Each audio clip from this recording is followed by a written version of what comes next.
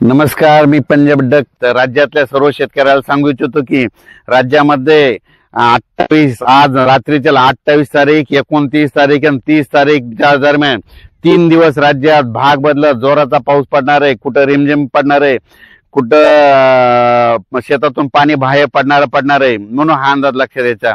आणि राज्यातल्या सर्व शेतकऱ्यांसाठी आनंदाची बातमी, राज्यात नोव्हेंबरच्या पहिल्या आठवड्यात थंडीला सुरुवात होणार आहे आणि पाऊस निघून जाणार आहे। वरून राजा निघून जाणार आहे, पाऊस विड्रॉल होणार आहे, पाऊस निघून जाणार आहे, म्हणून सर्वप्रथम आनंदाची बातमी। आणि राज्यातल्या सर्व शेतकऱ्याला सांगू इच्छितो की राज्यामध्ये म्हणजे 1 तारखेपासून 1 नोव्हेंबर पासून राज्यात धुई, काही जण धुई म्हणतात, काही जण धुके म्हणतात, विदर्भात धुराळे म्हणतात, धुई धुके धुराळे येणार आहे, म्हणून हा अंदाज सर्व शेतकऱ्यांनी लक्षात घ्यायचा। म्हणजे राज्यात फक्त आता 3 दिवस म्हणजे आज 28 तारीख 29 तारीख आणि 30 तारीख आणि 31 पर्यंत कमी प्रमाणात राहणार आहे, म्हणून हा अंदाज लक्षात। म्हणजे राज्यात 3 दिवस आता चांगले पावसाचे आहेत, म्हणून हा अंदाज लक्षात द्यायचा।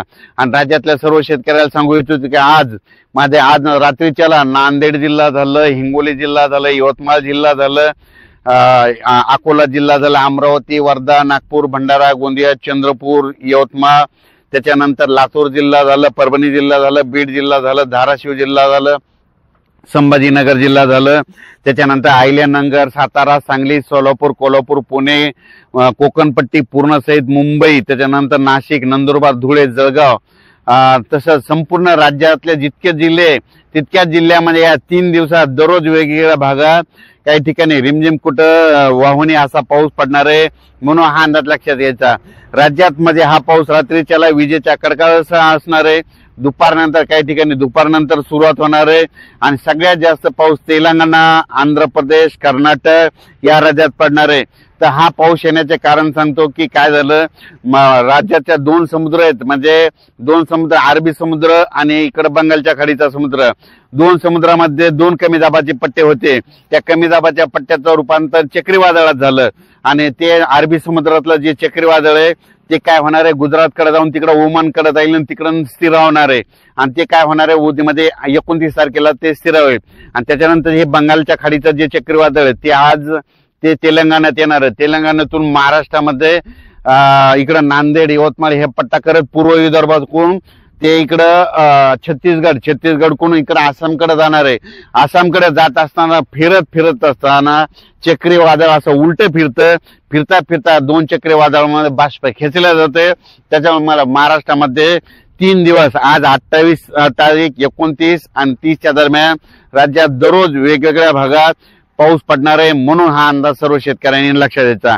मग तोच अंदाज हे पाऊस सांगायचं झालं तर म्हणजे पूर्व विदर्भाकडे जास्त पडणार आहे, कारण की ती चक्रीवादळ ते पूर्व विदर्भाकडून जात असल्यामुळं पूर्व विदर्भाकडे जास्त पाऊस राहणार आहे, म्हणून हा अंदाज लक्षात द्यायचा।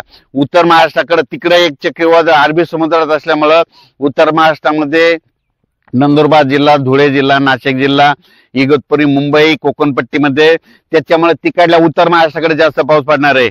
ह्या चक्रीवादळामध्ये पूर्व विदर्भात पडणार आहे आणि दोन्ही चक्रीवादळाच्या म्हणजे घेरामध्ये महाराष्ट्रामध्ये जे जिल्हे आहेत त्याच्यामध्ये काय होणार आहे, भाग बदलत वेगवेगळ्या ठिकाणी विखुरलेल्या स्वरूपाचा जोराचा पाऊस पडणार आहे, हा अंदाज लक्षात। पण राज्यात मात्र 2 नोव्हेंबरला बऱ्याच ठिकाणी म्हणजे 1 नोव्हेंबर पासून राज्यामध्ये जे धुके धुराळी येणार आहे आणि त्याच्यानंतर जसं 2 नोव्हेंबरच्या पुढे जातो 3 नोव्हेंबर, 4 नोव्हेंबर, 5 नोव्हेंबर थंडीमध्ये वाढ होत जाणार आहे आणि 7 तारखेला चांगली राज्यामध्ये थंडी जाणवणार आहे, म्हणून हा अंदाज लक्षात घ्यायचा। राज्यातले सर्व जे वेलवर्गीय पिकं आहेत, द्राक्ष शेतकरी आहे, त्यांना सांगू इच्छितो की म्हणजे आता हे पाऊस आता म्हणजे हे शेवटचाच आहे, आता हे शेवटचा पाऊस आहे। फक्त लांबला कशामुळे हे 2 चक्रीवादळामुळे लांबला आणि त्याच्यानंतर मात्र 2 नोव्हेंबरला मात्र चांगली धुके धुराळे येणार आहे, म्हणून तुम्ही तुमच्या द्राक्षाची काळजी घ्या, वेलवर्गीय पिकाची काळजी घ्या। धुई आल्यामुळे जितके फुलामध्ये पीक असते तितके खराब होतात, म्हणून हे देखील सगळ्यांनी लक्षात द्यायचं।